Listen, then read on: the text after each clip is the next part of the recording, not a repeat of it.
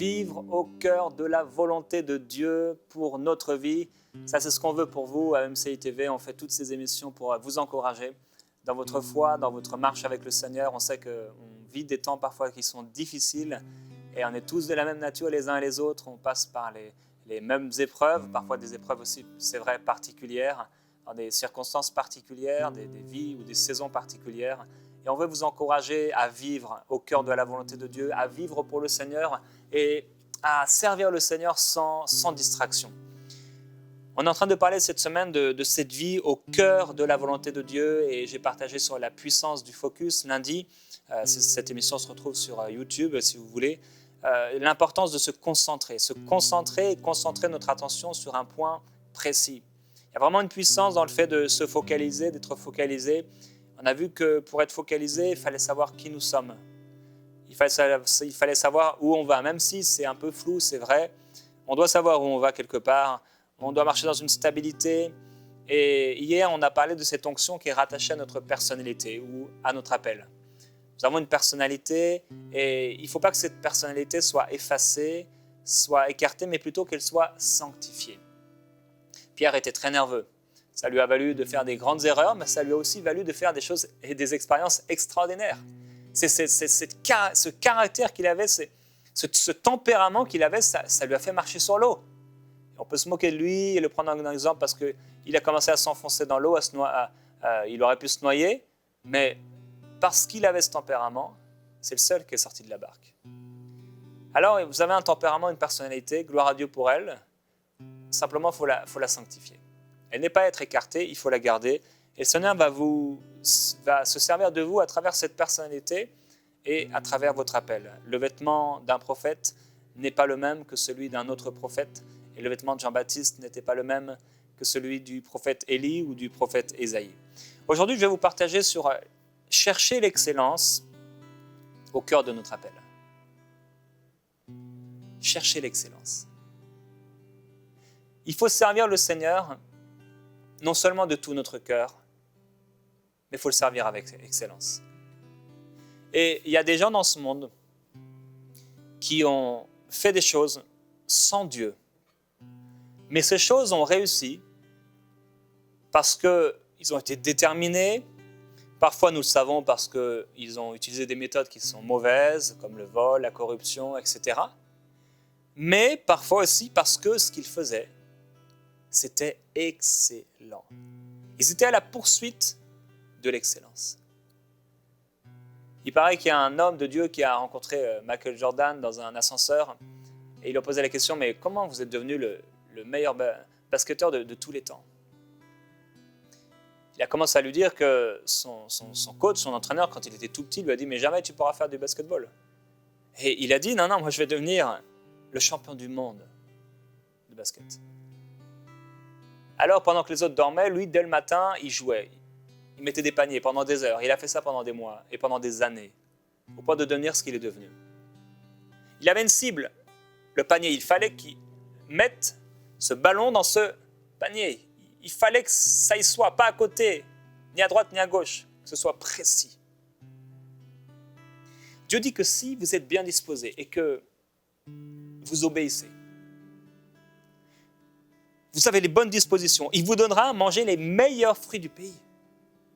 Dieu est un Dieu excellent, il est un Dieu d'excellence.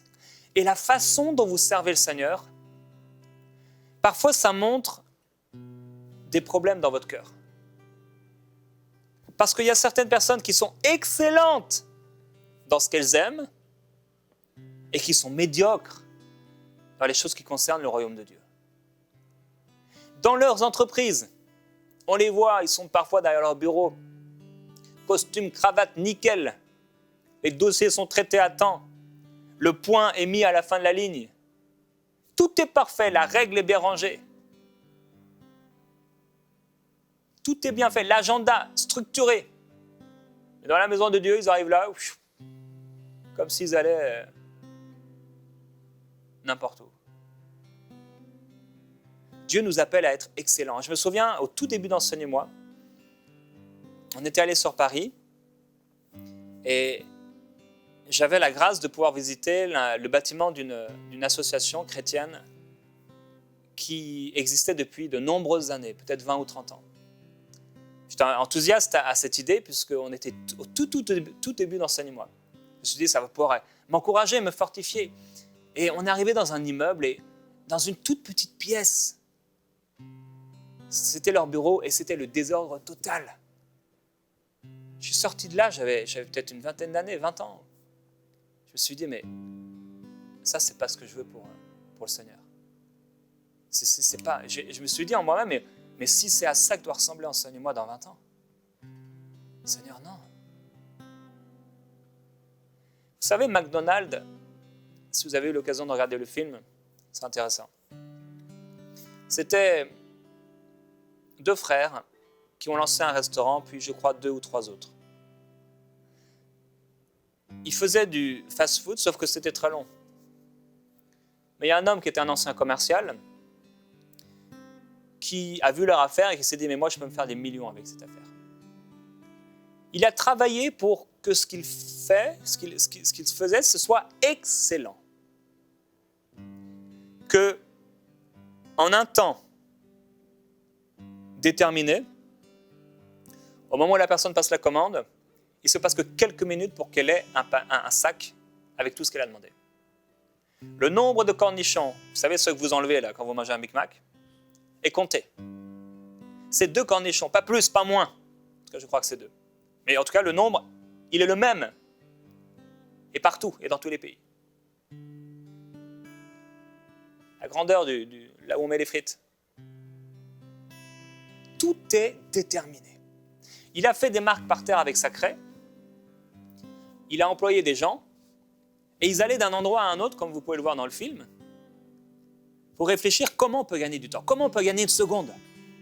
Imaginez, comment on peut gagner une seconde jusqu'à ce que ça devienne l'entreprise que c'est aujourd'hui, une des plus grandes entreprises au monde, où dans tous les pays quasiment on peut en trouver, on peut en manger. En fait, statistiquement, je crois que c'est une personne sur 15 ou sur 20 qui mange au McDo, sur la terre, ce midi ou ce soir. Impressionnant. Parce qu'il y a eu des gens qui ont réfléchi. Comment on peut encore gagner plus de temps? Comment on peut faire mieux? Comment on peut être excellent? Alors, on sait que ce que le McDo propose n'est pas forcément excellent au niveau de la santé. Mais même là, ils ont réussi, à travers une publicité, un marketing, des couleurs, les couleurs qu'ils ont utilisées pour les nouveaux McDo, les emballages, les vidéos, à faire croire que quand vous mangez au McDo, c'est comme si vous alliez vous-même dans votre potager. Ils ont été excellents. On peut leur reprocher des choses, mais ils ont été excellents. Et ils ont poursuivi l'excellence. Alors, cet esprit de Betsaleel, parce qu'on va voir qu'en fait, c'est un esprit qui vient de Dieu. Dieu est excellent. Et dans Exode, au chapitre 31, on voit que Dieu aime l'excellence, que Dieu est un Dieu précis. Et dans Exode 31, il est écrit, l'Éternel parla à Moïse et dit, « Voici, j'ai appelé par son nom Betsaleel, fils d'Ouri, fils de Our, de la tribu de Juda. » Bon, déjà, rien que là, on voit que c'est un Dieu de précision, c'est un Dieu d'excellence. Il ne dit pas, j'ai appelé un gars là dans ton peuple. Non, non, déjà, il dit son nom, prénom, Betsaleel. J'ai appelé par son nom Betsaleel. Ensuite, il dit fils d'Ouri. Il dit, voilà, ça c'est le fils maintenant, son père c'est fils d'Ouri, c'est Ouri. Et son grand-père c'est Our. Et sa tribu c'est la tribu de Juda. Il est précis. Est-ce que vous avez déjà remarqué quand vous lisez la Bible? On n'aime pas trop lire, et certains n'aiment pas trop lire un chronique de chronique, pourtant c'est vraiment puissant. Ou les nombres, les généalogies. Il dit, je l'ai rempli de l'Esprit de Dieu, de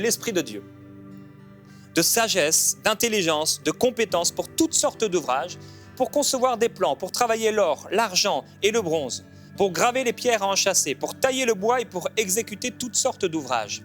Je lui ai donné pour aide Oholiab, fils d'Ahisamach, de la tribu de Dan. J'ai mis de la sagesse dans le cœur de tous les gens habiles pour qu'ils fassent tout ce que j'ai ordonné.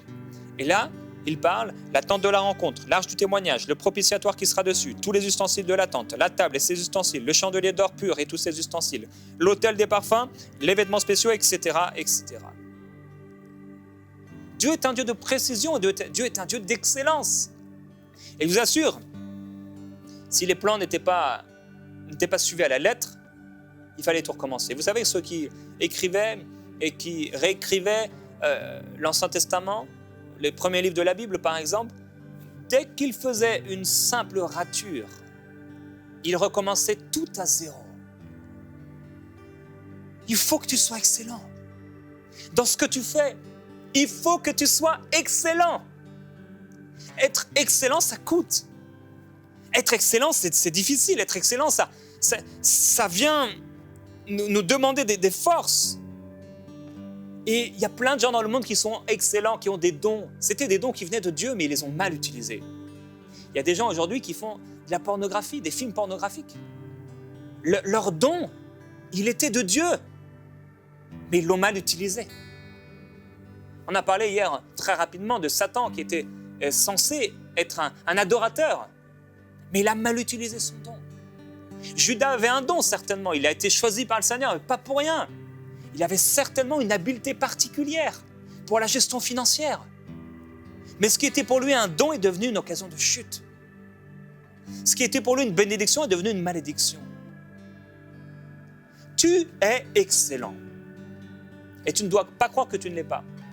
Parce que lorsque tu aimes quelque chose, tu le fais certainement avec excellence. Parce que ça a de la valeur pour toi. Alors dans Exode chapitre 37, il est écrit « Betsalel fit l'arche en bois d'acacia. Sa longueur était de 125 cm, sa largeur et sa hauteur de 75 cm.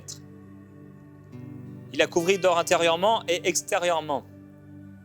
Il lui fit une bordure tout en or autour. Il fondit pour elle 4 anneaux en or qu'il mit à ses 4 coins, 2 d'un côté et 2 de l'autre. Il fit des barres en bois d'acacia et les couvrit d'or. » On se demande, mais Seigneur, tu as demandé de faire des barres. Bon, déjà, c'est de l'acacia, mais de les couvrir d'or. On aurait pu choisir un autre bois. Un bois moins coûteux, on ne va même pas voir que c'est de l'acacia. Et tu le couvres d'or. Seigneur, tu demandes de mettre de l'or à l'extérieur. Bon, on peut le comprendre, on peut se dire c'est un peu loufoque, c'est dépenser de l'argent. Mais toi, en plus, tu veux qu'on en mette à l'intérieur, mais personne ne verra jamais l'intérieur. Ah, Dieu est un Dieu d'excellence. Dieu est un Dieu qui n'a pas peur de la dépense. Quand il veut faire les choses bien, et il veut toujours faire les choses bien. Et c'est pourquoi il n'a pas eu peur de donner ce qu'il avait de plus précieux, Jésus-Christ, son Fils, pour mourir à notre place, nous qui étions médiocres, qui ne valions rien à cause de notre péché. Il nous a rendus à la vie avec Jésus-Christ. Et c'est par lui que nous sommes sauvés. Il fit la table en bois d'acacia. Sa largeur était de 50 cm et sa hauteur de 75 cm. Et au verset 29, il fit l'huile pour l'onction sainte, ainsi que le parfum odoriférant et pur, mélangé selon l'art du parfumeur. Et vous savez, dans ce parfum, il ne pouvait pas mettre n'importe quoi. Parce que lorsque ces 2 fils sont venus offrir du parfum étranger, ils ont été consumés sur place. Alors ça coûte l'excellence. Et je voudrais vous poser la question, est-ce que vous êtes en train de servir Dieu dans l'excellence? Ou est-ce que vous êtes comme Ananias et Saphira, vous donnez juste une petite partie, vous donnez le reste, en faisant croire que vous êtes excellent? Si vous êtes un chantre, il y a beaucoup de chantres dans les églises. Et j'ai eu l'occasion de voyager partout, ici et là. Il y a des gens qui sont très mauvais. Alors c'est une chose que de ne pas avoir le don. C'est une autre chose que de ne pas vouloir servir Dieu avec excellence. Il y a des gens qui n'ont pas le don. Mais j'ai vu, et j'étais dernièrement dans un endroit, il y avait des chantres qui étaient là. Ils ne chantaient pas très bien, peut-être comme moi, mais il y en avait une, elle chantait avec tellement de passion. Il y a une onction qui était là. Sa passion, son désir d'excellence, ça veut dire d'adorer Dieu comme il le mérite, a permis d'amener l'onction. Sa passion a dépassé le don ou le manque de don. Mais maintenant, ce n'est pas parce que j'ai une onction même qui vient sur moi, qui dépasse peut-être les talents naturels que je dois m'arrêter à là. Non, je dois vouloir plus. Je dois chercher plus. Pourquoi dans l'église, on se contente toujours du minimum? Pourquoi on se contente toujours des tapis pourris? Pourquoi on se contente de trucs qui sont nuls? J'étais dernièrement dans un endroit, la personne faisait des tableaux. Elle voulait les vendre. Je pensais que c'était une blague. Ou peut-être même pour des enfants qui n'avaient pas de goût. C'est pas que je voulais critiquer ou juger, mais c'était pas beau. Il faut qu'on désire plus. Il faut qu'on fasse quelque chose de mieux. Ça coûte, c'est vrai. Et on commence là où on en est. Et c'est vrai, ça c'est bien parce que c'est un danger. C'est un danger qu'à force de... C'est une différence entre l'excellence et le perfectionnisme. Le perfectionnisme, c'est tu veux la perfection, à cause de ça tu fais rien. Non, non. J'ai écrit mon premier livre. Et celui-ci. Je voulais le sortir à l'époque, c'était en 2011, avant la fin de l'année. Je m'étais donné pour travailler, etc. Je voulais qu'il sorte et à un moment, c'était la date. Je m'étais dit, c'est cette date, il doit sortir. Il y avait des centaines de fautes d'orthographe dedans.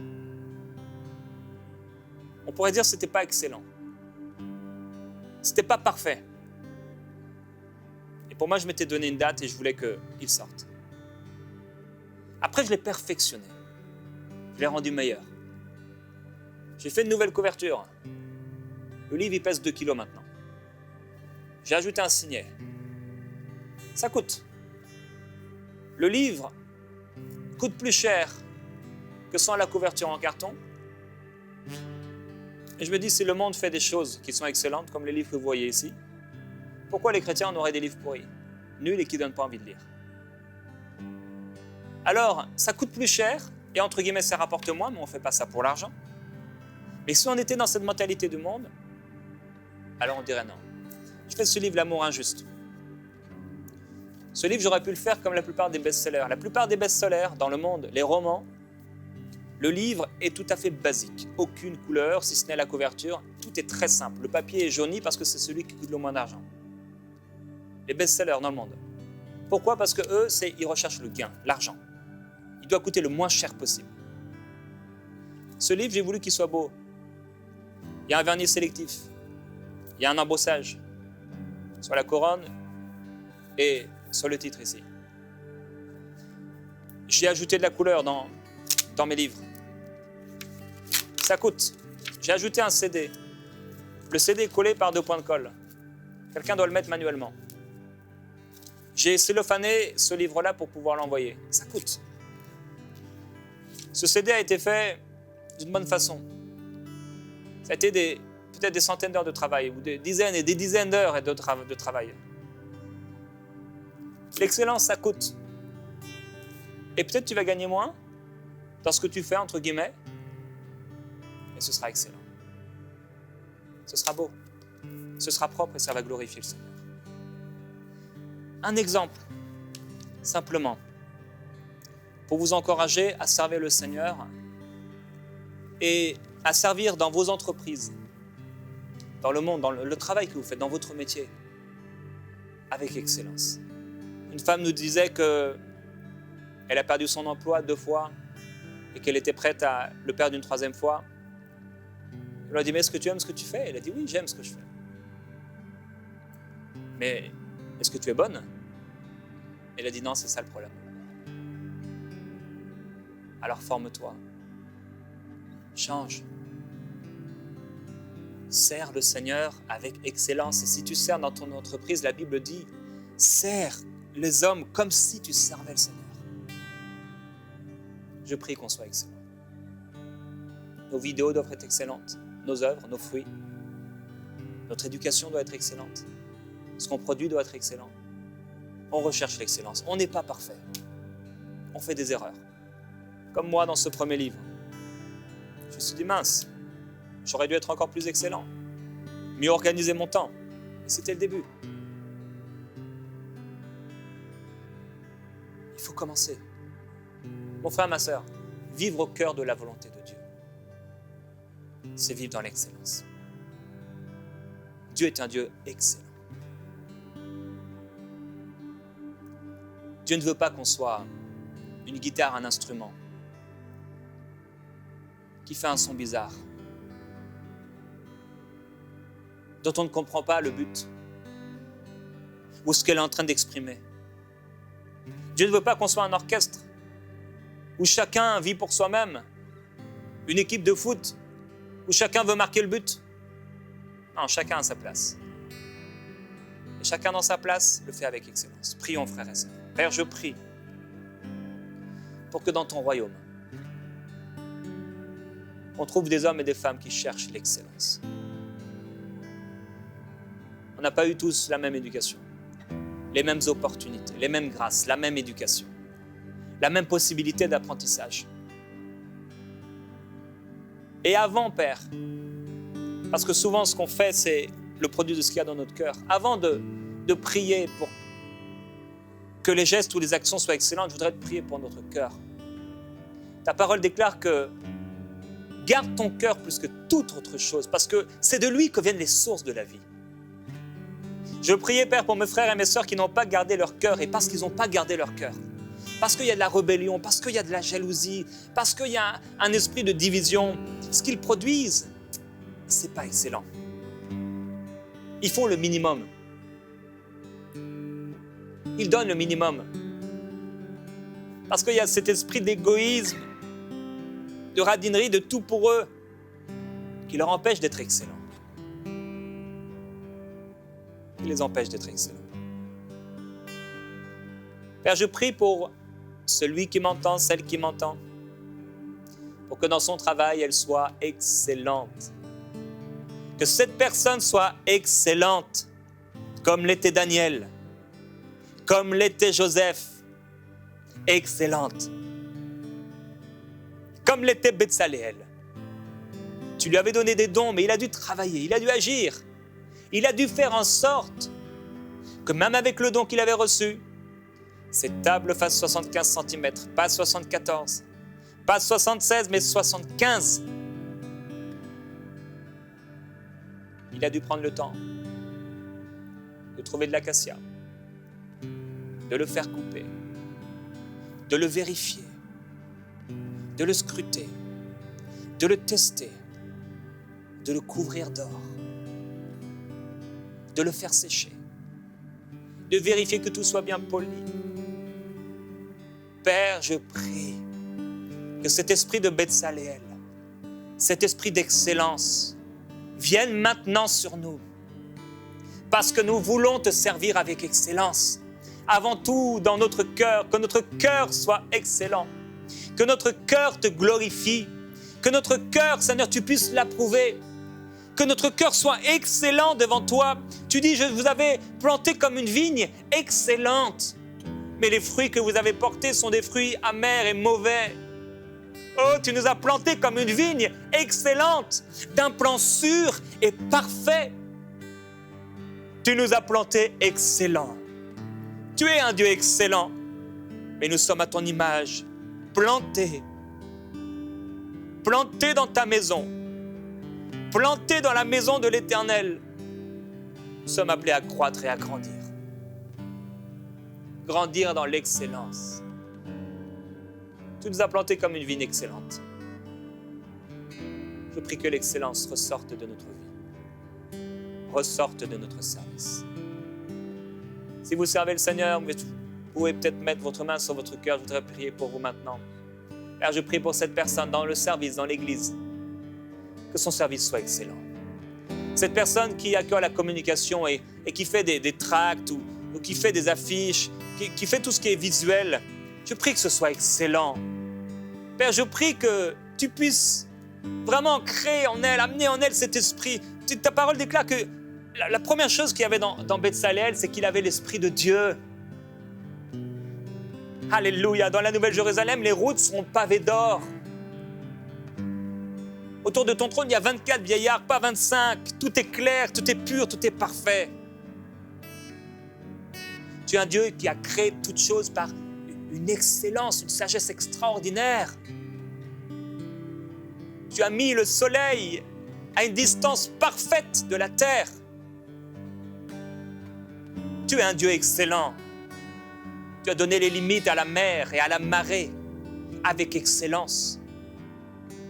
Tu es un Dieu qui a amené les saisons, tu l'as fait avec excellence. Chaque flocons de neige qui tombent sur la terre est une œuvre d'art. Je veux te glorifier de ce que tu nous montres à travers la création, à travers la nature. Tu nous montres ton excellence. Il y a même des poissons, il y a même des fonds marins, il y a des espèces qui n'ont pas encore été découvertes et qu'on découvre encore aujourd'hui. Et on se dit, mais si tu as caché ces choses dans des fonds marins, ou alors très loin dans le ciel, des choses extraordinaires et si parfaitement conçues, comment nous, Seigneur, on ne reflèterait pas ton excellence? Oh Jésus-Christ, je prie que personne ne se perde dans le perfectionnisme. Que toute personne, Seigneur, qui cherche toujours à être parfaite au niveau du perfectionnisme, avoir cette mauvaise chose qui amène les gens à ne jamais être satisfaits, à ne jamais rien faire, qu'elles en soient débarrassées. Et plutôt cette recherche d'excellence. Oui, nous voulons être parfaits en toi, et tu nous le demandes. Mais pas avoir cette mentalité mondaine qui nous amène à ne rien faire ou à faire tout pour notre propre gloire.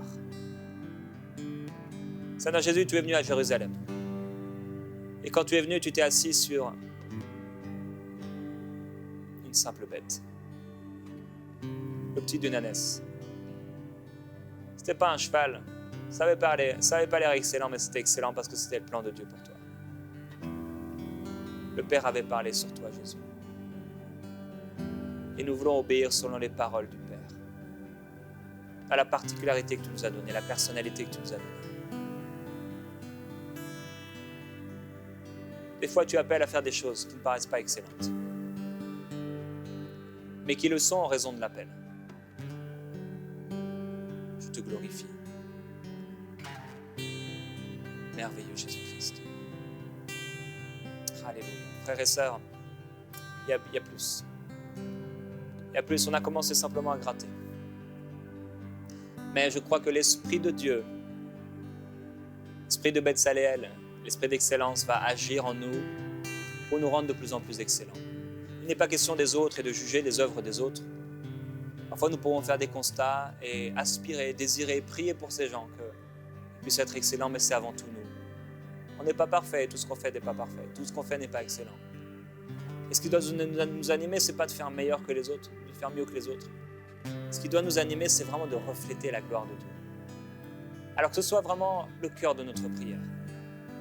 Je veux être bien compris, le cœur de notre prière, d'être excellent pour le Seigneur et de le glorifier.